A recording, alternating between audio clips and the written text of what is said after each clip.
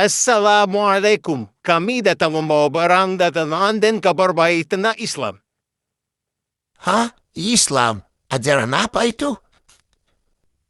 Islam mengajarkan kedamaian, kejujuran, dan saling tolong-menolong.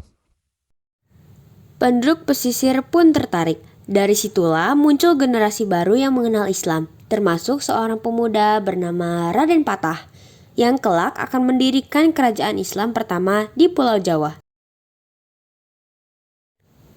Kerajaan Majapahit runtuh diakibatkan oleh terjadinya peperangan antar saudara yang merebut tahta dan kekuasaan, sehingga disebutlah perang tersebut Perang Parekrek. Tak lama setelah kerajaan Majapahit runtuh, berdirilah kerajaan Demak, kemudian menjadi kekuatan politik besar di Jawa. Raja pertama dari kerajaan Demak tersebut adalah Raden Patah.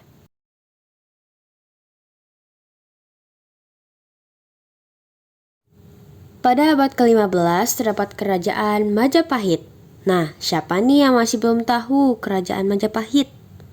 Kerajaan Majapahit adalah salah satu kerajaan di Indonesia yang menganut dua agama sekaligus, yaitu agama Hindu dan Buddha. Kerajaan Majapahit telah berdiri sejak tahun 1293 sampai 1527. Pada masa keruntuhan kerajaan Majapahit, berdirinya kerajaan baru yang kemudian menjadi kekuatan politik besar di Jawa, yaitu Kerajaan Demak. Kerajaan Demak kemudian berdiri selama hampir satu abad, yaitu dari tahun 1475 sampai 1554.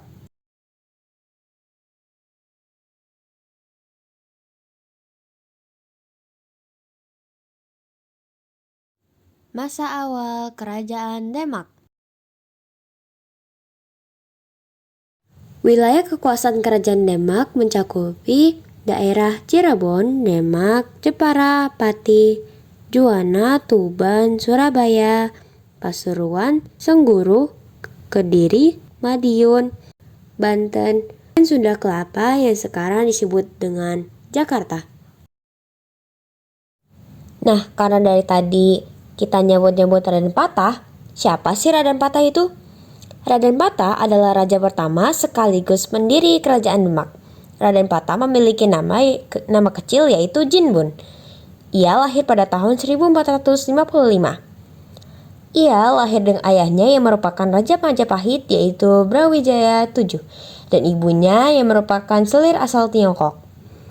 Raden Patah sempat berguru pada salah satu anggota Wali Songo yaitu Sunan Ampel dengan tujuan mempelajari agama Islam lebih dalam.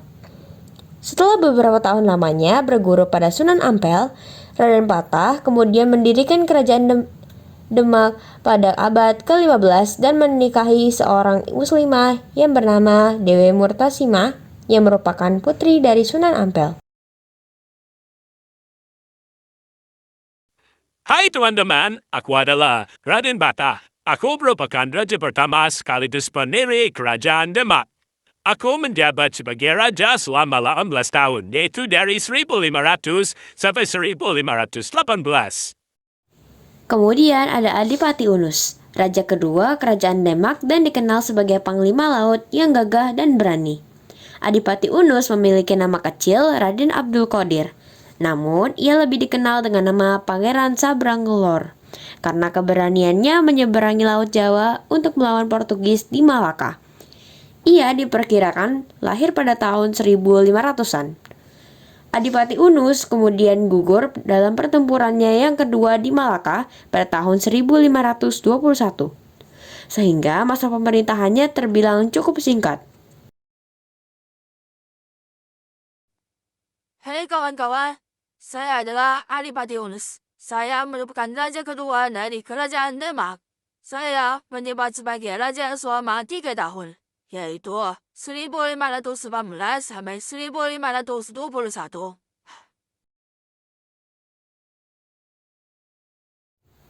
Kemudian ada Sultan Trenggono, raja ketiga di kerajaan Demak yang membawa ke masa puncak kejayaannya. Sultan Trenggono memiliki nama kecil Sultan Trenggana. Ia diperkirakan lahir pada tahun 1500. Ia merupakan putra dari Raden Patah dan saudara dari Adipati Unus. Ia juga dikenal dekat dengan para anggota Wali Songo yang kemudian pemerintahan di Kerajaan Demak saat mendukung dakwah Islam. Sultan Trenggono wafat pada tahun 1546 saat memimpin ekspedisi militer di Panarukan, Jawa Timur.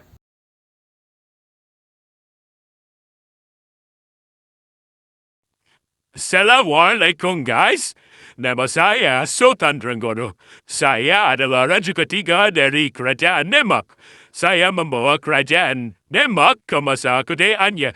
Saya juga telah menjabat sebagai raja selama 25 tahun. Kemudian setelah wafatnya Sultan Trenggono terjadinya perang antar saudara yang ingin merebut tahta dan kekuasaan sebagai raja berikutnya. Perang itu telah berangsur lamanya selama 3 tahun, memicu perpisahan kubu yang merupakan salah satu ciri kemunduran dari Kerajaan Demak. Nah, siapa nih yang udah pernah lihat langsung atau pergi ke Masjid Agung Demak? Ternyata Masjid Agung Demak ini bukan hanya sebuah bangunan yang berdiri loh. Masjid Agung Demak ini telah dibangun pada masa Raden Patah dengan tujuan untuk meningkatkan nilai keislaman yang dicampur dengan nilai budaya di kerajaan pada masa itu. Di dalamnya terdapat pintu yang bernama pintu geledek atau pintu petir. Bangunan ini juga disokong oleh 4 anggota Wali Songo yang turut membantu dalam pembangunan Masjid Agung Demak. Ada Sunan Bonang, Sunan Kalijaga, Sunan Ampel, dan Sunan Gunung Jati. Demak mungkin runtuh, tapi warisannya tetap hidup. Masjid Agung Demak, ajaran damai para wali, dan semangat perdagangan jujur adalah jejak sejarah yang masih terasa sampai hari ini. Kebaikan tidak pernah runtuh. Sebarkan Islam dengan damai seperti yang kami lakukan dulu. Terima kasih sudah menonton. Jangan lupa like, subscribe, dan share ya. Sampai jumpa di kisah sejarah lainnya.